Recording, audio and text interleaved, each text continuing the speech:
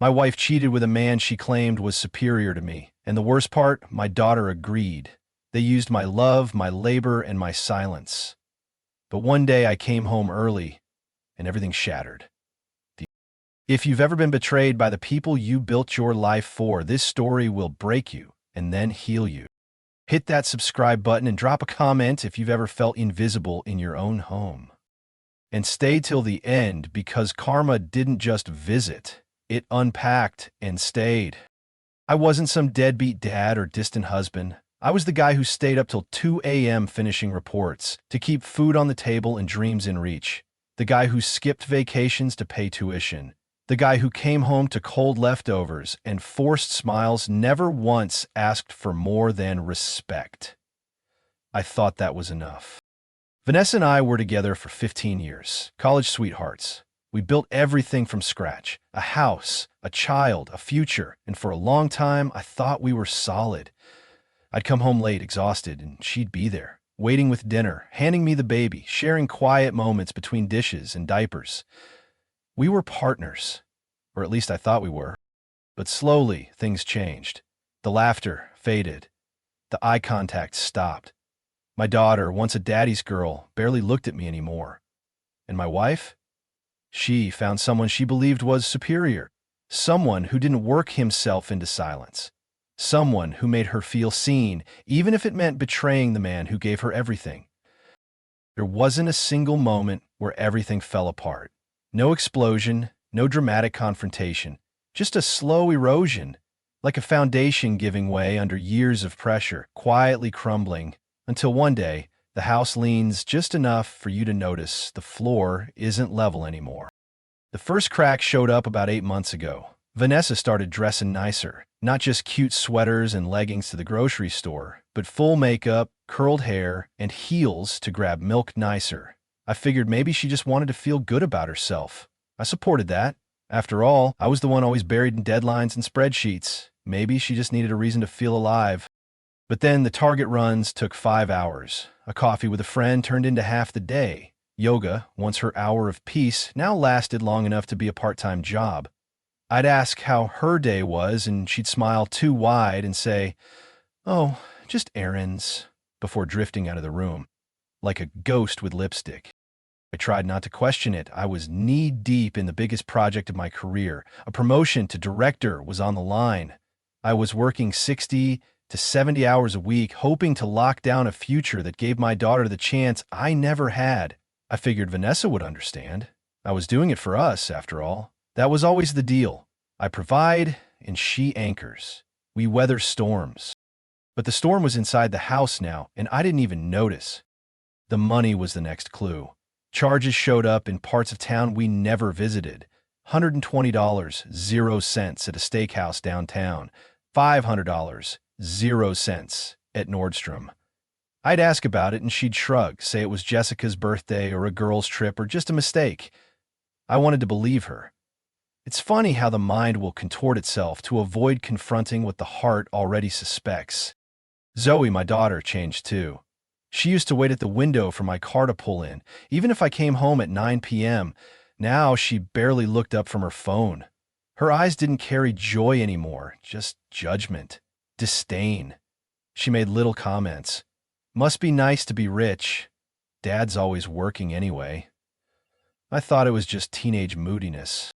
But something darker brewed beneath it, an alliance I didn't see coming.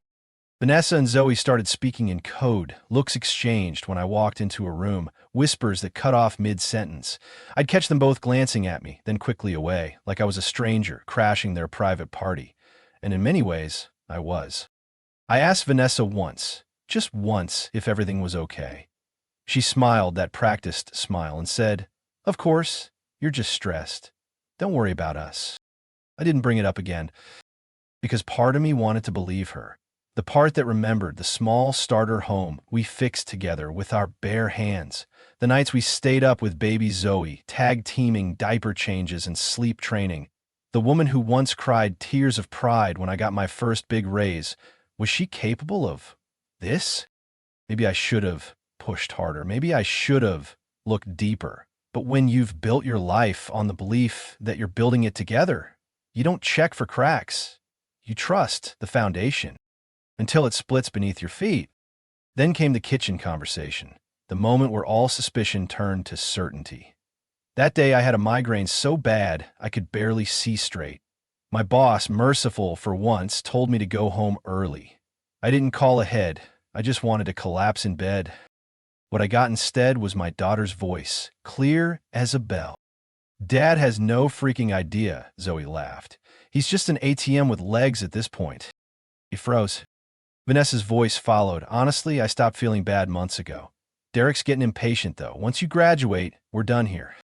I didn't know who Derek was, but I knew enough. "He's so much better than Dad," Zoe continued. "Like fun." And Vanessa, she laughed. Not nervously, not guiltily. It was the kind of laugh you share with someone you feel safe betraying someone else with. "Best sucker ever," she said. I stood there, 15 years of marriage and 19 years of fatherhood, and realized I was the punchline. I was the mark. I was the one bleeding so they could wear pearls and post brunch photos while whispering behind my back. They'd already planned their exit. They'd already packed my dignity into boxes, labeled useless, and left it in the garage. It wasn't just infidelity. It was betrayal woven into the routines of my life. My wife had traded respect for attention. My daughter had traded gratitude for entitlement. They saw my sacrifice as stupidity. My hard work as blind obedience. And Derek? He was the shadow I didn't see, feeding off the silence I'd mistaken for peace. That day, something snapped, not loudly, but definitively, like the last strand of a rope giving way. I didn't confront them. Not then. I just slipped out the front door, drove to a divorce attorney, and started writing a different kind of future. One where I stopped apologizing for giving too much to people who gave so little in return. The day I heard them in the kitchen, something inside me went still. Not rage, not grief, just a cold, clear silence. Like standing in a forest after the fire's already burned through, with nothing left to scream, only ash and decisions. I didn't storm in, didn't throw plates or demand answers, because this wasn't a moment to save anything. It was a moment to watch.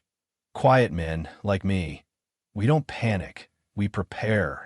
I drove straight to the parking lot of a divorce attorney's office, called from the car like I was placing an order. I must have sounded too calm because the receptionist kept asking, "Are you okay, sir?" I told her I'd bring the details in person. 15 minutes later, I was sitting across from a lawyer who didn't blink when I said, "I'm not here to fix anything. I'm here to finish it." He asked for evidence. I gave him everything I remembered from that kitchen conversation. He nodded slowly. "We'll need more," he said, "but you've got a hell of a head start." Over the next week, I became someone else. Not the ATM, not the background character in their fantasy. I became the man behind the curtain, the one documenting, recording, and rearranging the script they thought they had control over. First, the finances. I opened new accounts at a different bank with no digital footprints connecting to Vanessa. Moved the bulk of our savings, left a few grand in the joint account to avoid suspicion. I canceled all the credit cards and had new ones sent to my office. Set spending caps, froze our shared lines of credit, switched the direct deposit for my paycheck. Then came the documentation. I took photos of every valuable item in the house: furniture, electronics, and jewelry. Downloaded years of bank statements, traced every sketchy transaction, spa visits, dinners, yoga retreats that cost thousands. I found a pattern, and in that pattern, a man. There, he was real. His name showed up tied to a cabin rental near the lake, a cabin Vanessa had visited on more than one book club getaway. I pulled the receipts, cross-checked her location-sharing history on our family iCloud. That's when the real picture came together, 1 week at a time, weekend after weekend. She wasn't just cheating on me. She was doing it with my money, my time, and my daughter's complicity. It's funny, you'd think betrayal would feel like a knife to the chest, but in reality, it's math. It's a trail of $247.00 dinners, $89.00 lingerie receipts, and hotel bookings in a city you've never been to. Zoe was part of it too, not just unaware, active. Her phone bill showed daily calls to Vanessa during her breaks. Restaurant receipts had her name, and her college card, funded by my bank account, showed charges for gifts she wasn't buying for herself. She knew. That was the part that stung. Not Vanessa, I could live without love. But your child turning into your enemy? That hits differently. But again, no rage, just resolve. At dinner, I acted normal. Asked about school, smiled when Zoe rolled her eyes, laughed when Vanessa said yoga had been intense. I was an actor in my own home, biding time. I even approved a weekend shopping trip just to give them one last illusion of control. While they were gone, I met with my lawyer again. We mapped out the timeline, the assets, the options. Good news, the house was safe. I'd purchased it before marriage, and every mortgage payment came from my separate account. Vanessa might fight for it, but legally, I had a strong claim. More good news, her siphoning of money, nearly $30,000, 0 cents, into a secret account, was now documented. A judge wouldn't take kindly to that. I started preparing emotionally, too. Packed a small bag. Set up a secondary workspace at a buddy's house. Quietly backed up family photos, because I knew once things blew up, there'd be no coming back for keepsakes. I made peace with that. And still, not a word from me. Not a single clue that I'd seen behind the curtain. The calm before the confrontation was strangely empowering. I'd been working for so long, working through pain, through loneliness, through neglect, without ever asking for anything back. Now I was done asking. I was done giving oxygen to people who only exhaled poison. And still, they didn't see it coming. Vanessa asked if we could renovate the kitchen. It's time, she said, casually flipping through samples. I said sure. Zoe asked for money to upgrade her laptop. It's for finals. I handed over the check. Every yes was a goodbye in disguise. I started noticing more, too. Vanessa texting late at night, walking out of the room to take calls. Zoe glanced at me like I was a stranger renting space in their lives. I think, in their minds, I had already been replaced. I was just the guy who paid for everything, then disappeared into spreadsheets. They were wrong. One night, Vanessa fell asleep on the couch. Her phone buzzed. I didn't open it. I didn't need to. The preview read, "Next month, just us. Can't wait." Derek's name is right there.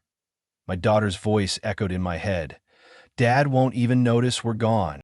But I had noticed everything, and soon they'd notice me too. Not as an obstacle, but as a wall they couldn't scale.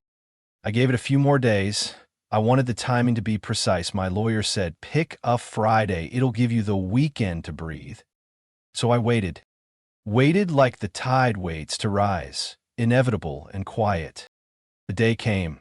I had dinner with them, like always. Listened to Zoe complain about a professor. Watched Vanessa sprinkle Parmesan over her salad.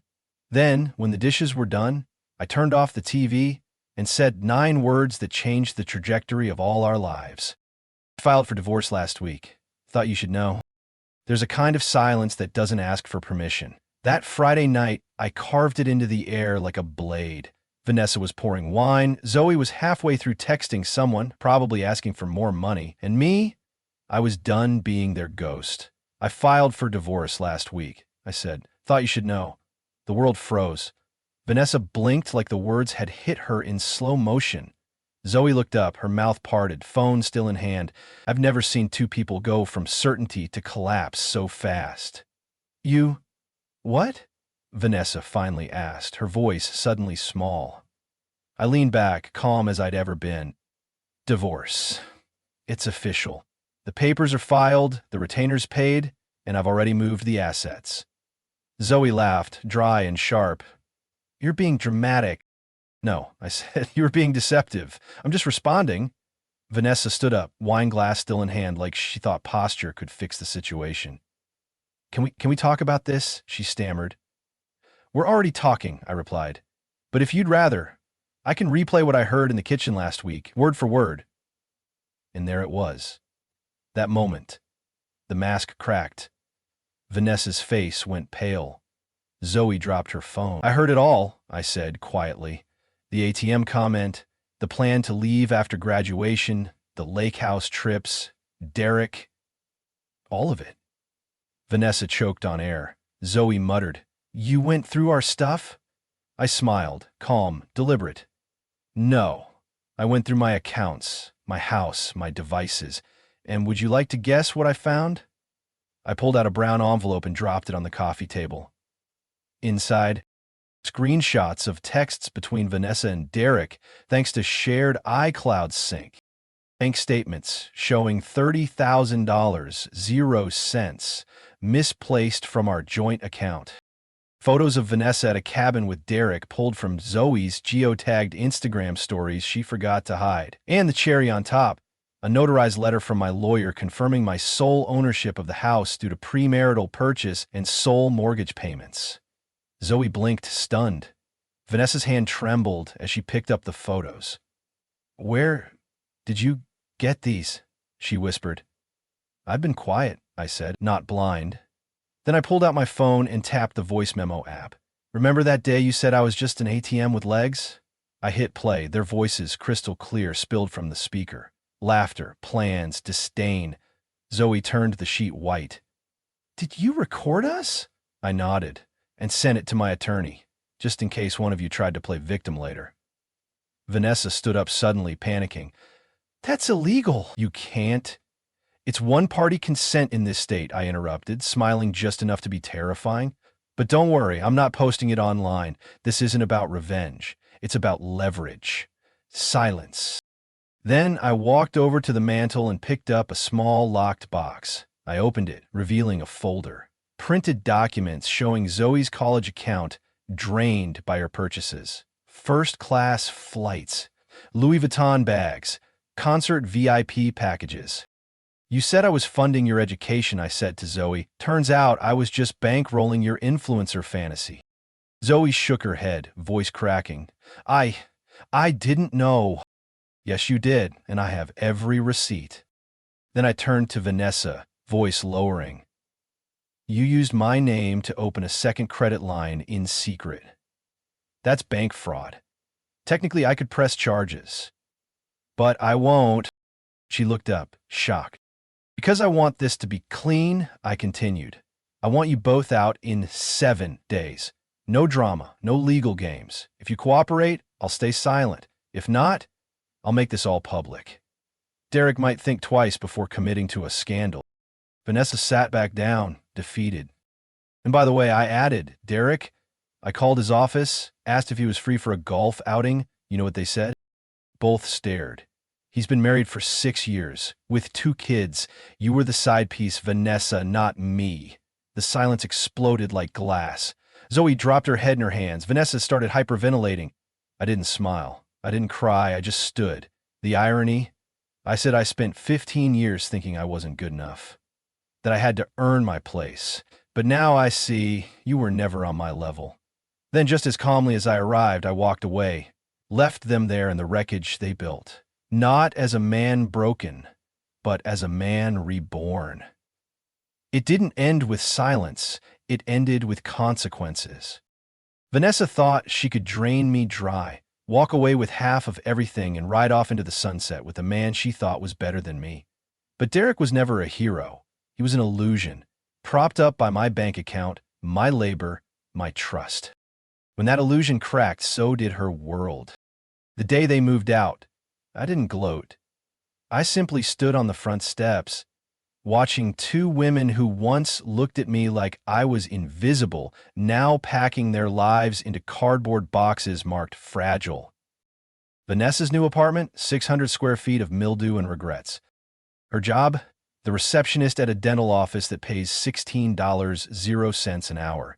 No more lake houses. No more Nordstrom. No more pretending. Derek stopped answering her texts weeks ago. I know, because she tried forwarding his emails to mine in a desperate attempt to prove she could win him back. She thought I'd feel bad. I felt nothing. Zoe? She stayed with Vanessa for 2 weeks before realizing the apartment was a prison. No cable, no Wi-Fi, no Uber Eats. She called me crying, said her friends had stopped inviting her out, that she couldn't afford a new iPhone, and that no one cared anymore. I told her, now you know how it feels to be useful only when you're paying the bill. She asked if she could come home. I said, This isn't your home anymore. This is mine. She called me cold. I told her, you helped dig the grave. You don't get to cry at the funeral. The divorce was finalized swiftly. My lawyer, worth every damn cent, obliterated every angle Vanessa tried. The judge saw right through her emotional neglect defense, especially with clear evidence of infidelity, fraud, and financial deceit. Vanessa left with her car, a fraction of our savings, and a shattered reputation.